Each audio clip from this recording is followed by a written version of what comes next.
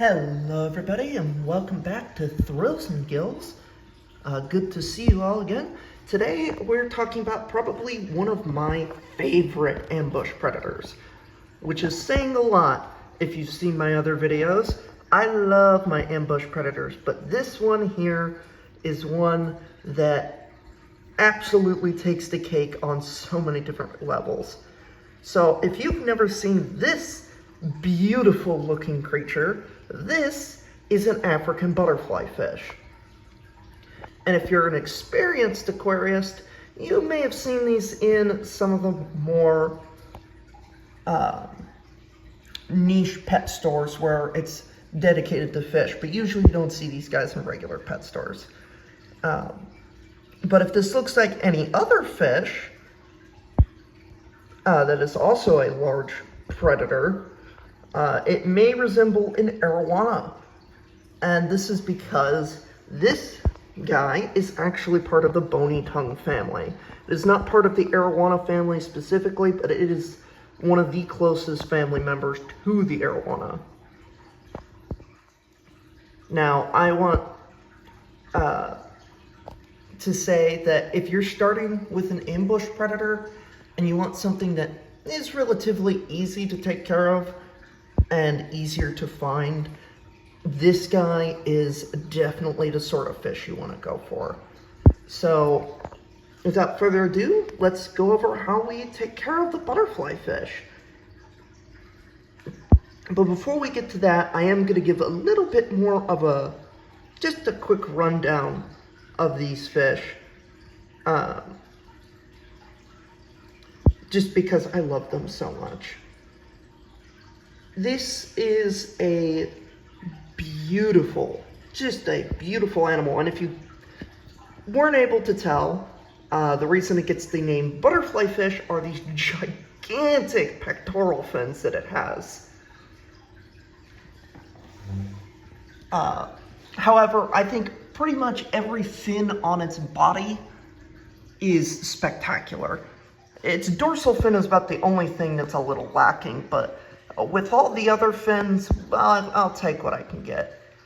It's got these beautiful, if he'll come back up here, you can see he has these really extensive pelvic fins too. And unlike the angelfish, who also have extended pelvic fins, as you can see here, his pelvic fins are actually a lot more defined. He has much larger rays, kind of like a lionfish. And then that tail too. So not many fish have this, but this is what we call dual toning in the tail, where the tail actually goes into two different segments. It's got the front base, and then it's got kind of like this second mini tail on the back. We're not really sure what the purpose is. It might be for a rudder, for when it jumps out of the water. And we'll get to that in a bit, trust me. But besides that, we're not really sure what its particular purpose is for. Alright, enough gawking over its looks. Let's get to the actual care guide. So, African butterfly fish have quite a few advantages over other ambush predators in the aquarium scene, particularly. First off, their size. They still get decently sized. This one right here is just about 3 inches right now, and will probably get a little bit bigger. But butterfly fish do not get that big. They max out at about 4 to 5 inches, 6 if you're really lucky.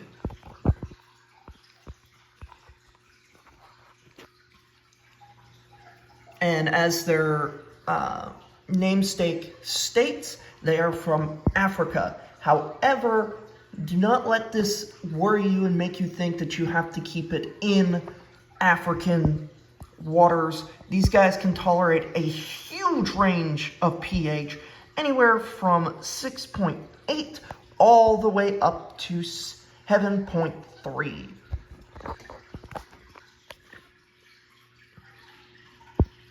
Another thing that makes these guys really advantageous over a lot of ambush predators is they are a lot less picky when it comes to food.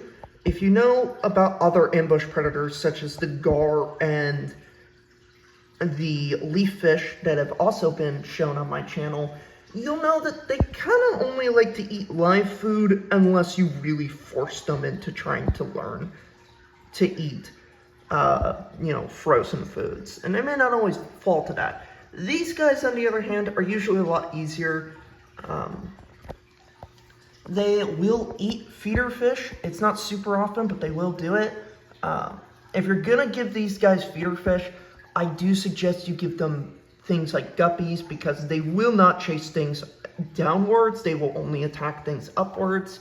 However, they'll eat pretty much anything that's floating in the water.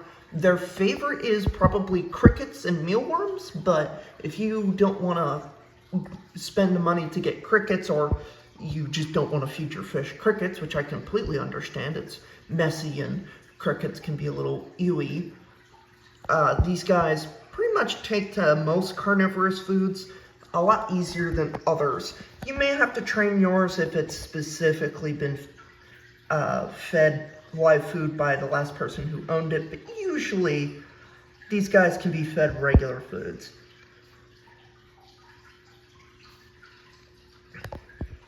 Now, the next thing, as I talked about before, I think compared to a lot of other ambush predators, and don't tell them that I said this, but I really think that the butterfly fish knocks them out of the park for aesthetics. Now, just like most ambush predators, if you're getting a butterfly fish, do not expect good color. They can get some nice reds in their fins when they get bigger, but this is like very minor. They're usually going to keep this brown color and the black fins, but the body shape, I think, makes up for it. They're definitely a very unique looking animal, and you're not going to get very many other fish that have anything like this build. So how big of a tank should I have? So most butterfly fish could probably live in a standard 20. However, I keep mine on a 40 particularly. And if you're going to keep them in any tank, make sure that the top of the water is not cluttered. They really like to have their above water space. As you can see, ours does kind of venture towards the bottom, but this is a fish that essentially never ever touches the bottom of the tank. This fish always is usually spending its time standing motionless or just slightly swimming at the surface. That's another thing. If you're not used to ambush predators, let this guy be a teaching lesson for lots of you. If he's standing still, he's not particularly dead.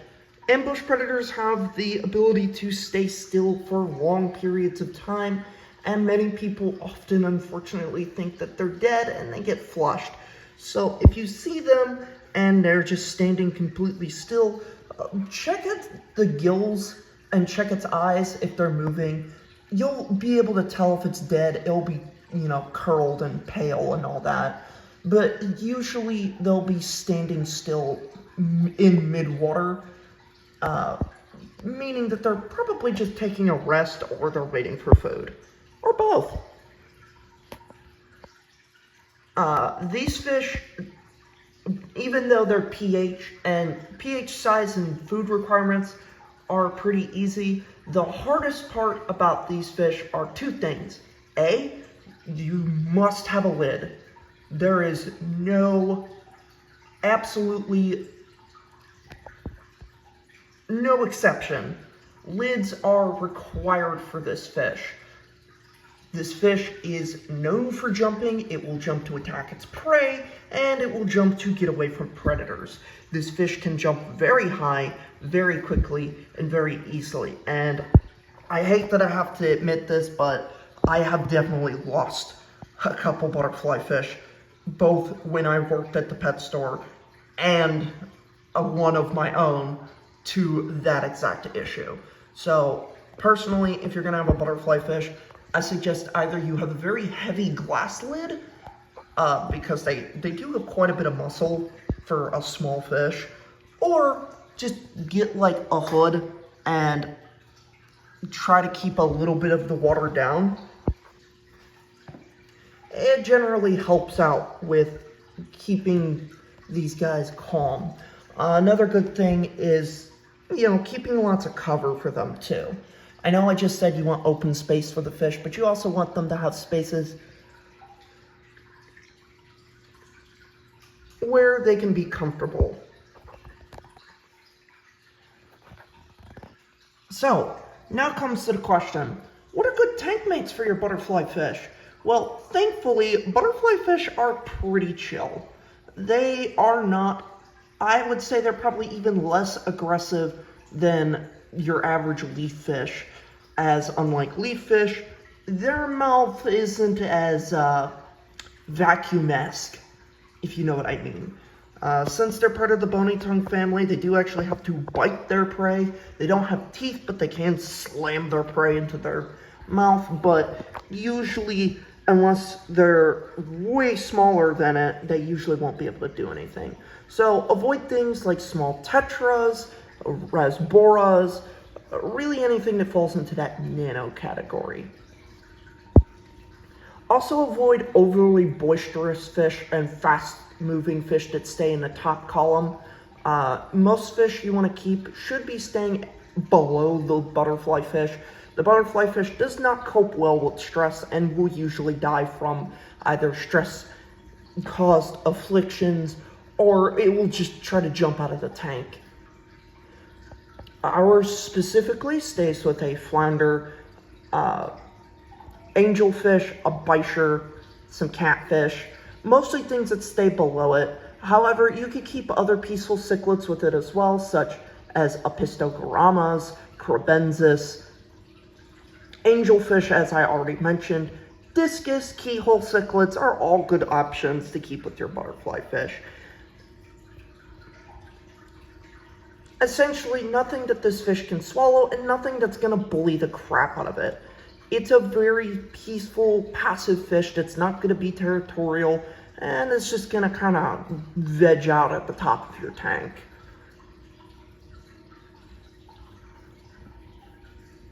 Now, the second big thing about the butterfly fish that's very important is oxygen. You must make sure that your tank is well oxygenated, which is easier said than done. These fish are part of the bony tongue family, so they do take gulps of air to circulate their blood. This is really important, and if you want a really good way to oxygenate your tank, two ways to do it. Either A, kind of keep your tank somewhat low, which will also help with yours not trying to jump the tank as much. And two, you can use an air stone or a bubbler. This also helps. Keeping good water flow is also good, but don't have water flow that's too strong that pushes around the butterfly fish. Even with this pretty calm filter, he has a hard time fighting against it.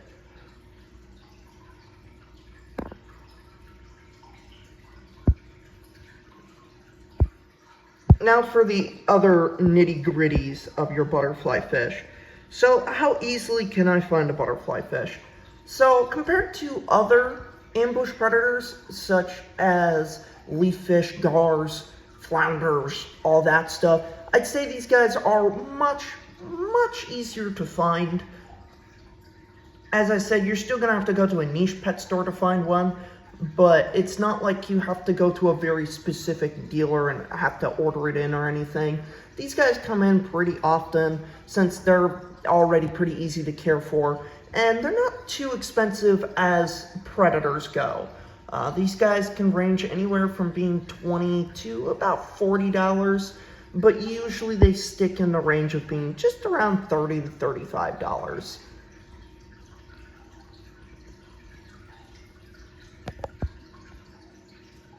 For a while, this fish was definitely a lot harder to come by, but nowadays the fish is much more popular, and the oddball aquarium trade specifically. And I'd say that out of any oddball fish that you want to start out with, or what I class as an oddball, or an oddball predator, this is definitely a great starter. I think it's good because it's hardier, it's less picky than a lot of other fish, and it'll take to other foods much quicker than their ambush counterparts. They stay relatively small, and they don't really have anything that makes them fatally terrible. Except for they need to be kept with placid fish, but that's a lot of ambush predators, so I'm not going to hold that specifically against a butterfly fish. You could hold that against any predator, even the gar that have teeth, are timid and don't like to be against boisterous fish. So, do I suggest butterfly fish? I would say I do. I'd say they're a great way to start getting into the oddball trade, or if you just want something kind of odd to show off in your maybe semi-large community tank. It's definitely a fish that people are going to ask questions about, and definitely going to be like, I've never seen that before.